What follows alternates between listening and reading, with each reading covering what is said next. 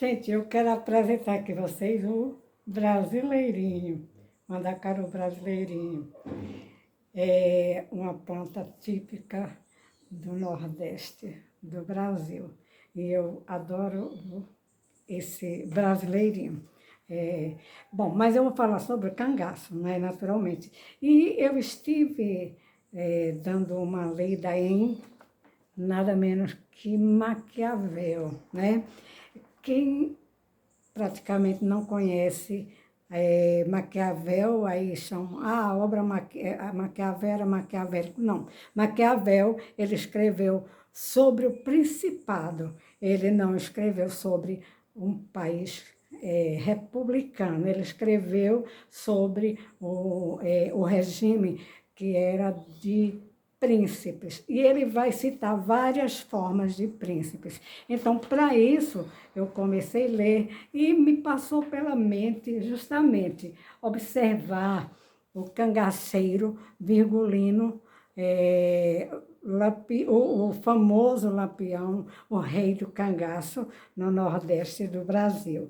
Bom, o virgulino, ele não permitia que nenhum dos seus sequazes o superasse, né? Então, ele talvez cangaço por conta exatamente de pôr canga no pescoço de um animal, de trazê-lo ali preso, né? Ali, e só faz aquilo, só segue aquele caminho. Então, o virgulino, ele não tinha essa capacidade, essa natureza de deixar que nenhum outro cangaceiro o superasse, até porque ele realmente era praticamente insuperável. Por quê? Porque ele era um psicopata. Psicopata é uma pessoa muito ardilosa, é uma pessoa que não diria que é inteligente, mas ele trama as coisas, ele faz tudo da forma que ele quer.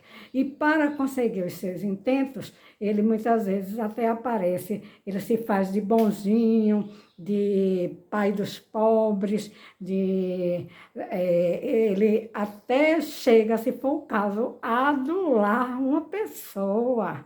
Exatamente. Por quê? Porque ele está fazendo aquilo dali para poder, ele está jogando, digamos assim, a rede para colher. Ele joga a rede e traz o peixe para si, que é o que ele quer, o que ele gosta, né? Então, nessa linha da minha análise, aí eu vou mostrar, por exemplo, o corisco. O corisco, ele não se deixou cair no laço do virgulino. Eles se diziam compadres, mas o corisco era independente, tinha o grupo dele. Então, as pessoas dizem, porque o virgulino dividia em grupos. Naturalmente, ele dividia aqueles cangaceiros, os que eram mais, digamos, mais bobinhos, entre aspas, bobinhos que eu quero dizer no sentido, gente, aqueles jovens que entravam para o cangaço iludidos, que iam se dar bem, mas que já tinham geralmente cometido crimes, mas ainda não tinham a sua formação, sua personalidade completamente pronta. Então, o virgulino ensinava como defender-se, como atirar, como roubar. Ele ensinava tudo isso, não ensinava o pulo do gato, né, que era ele, o verdadeiro gato, ou a onça, né? Então, entra para o cangaço o corisco. Aí o corisco, depois que o virgulino entra, permite que a Maria Oliveira, né, entre para o cangaço, o acompanhe, aí o corisco diz, não, agora também eu vou levar a minha, porque ele já vivia com a Dadá antes, né? A Dadá, que era uma pessoa também muito perigosa, mais perigosa que o próprio corisco, porque ela, antes de acompanhar o corisco, ela era noiva de um vaqueiro, e ela tramou a morte desse vaqueiro para ficar com o corisco, né? Então, ela era muito mais astuciosa, mais audaciosa, né? Um certo dia, a Dadá fez umas roupas porque o Virgulino, ele gostava muito de enfeitar-se, né? Ele se embonecava muito, era uma borboletinha, né?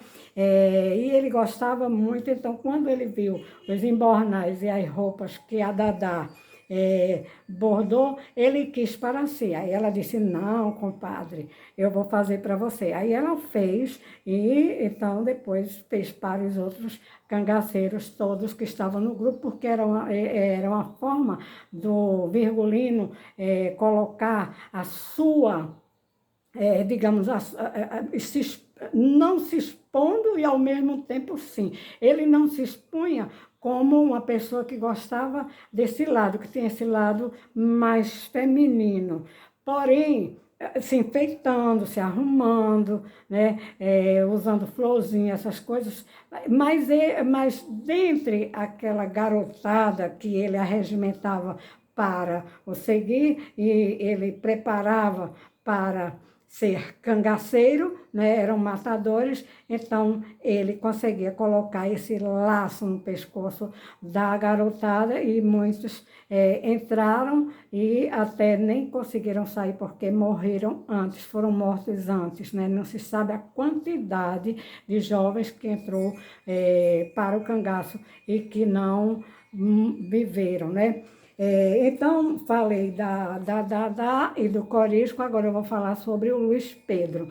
O Luiz Pedro, ele era da cidade de Triunfo, já havia cometido crime, e então entra para o cangaço, dizem que foi no ano de 1926, e então dizem que acidentalmente ele matou um irmão do Virgulino.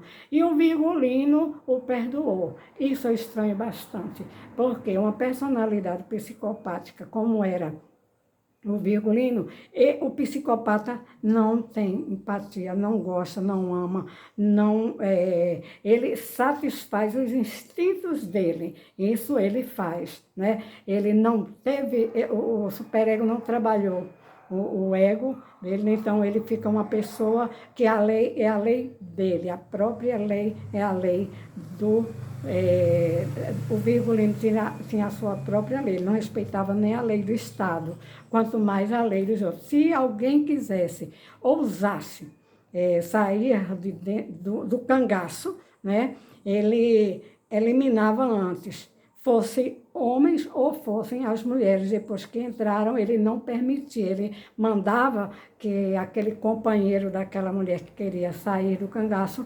eles as matassem, né? Então, existia assim,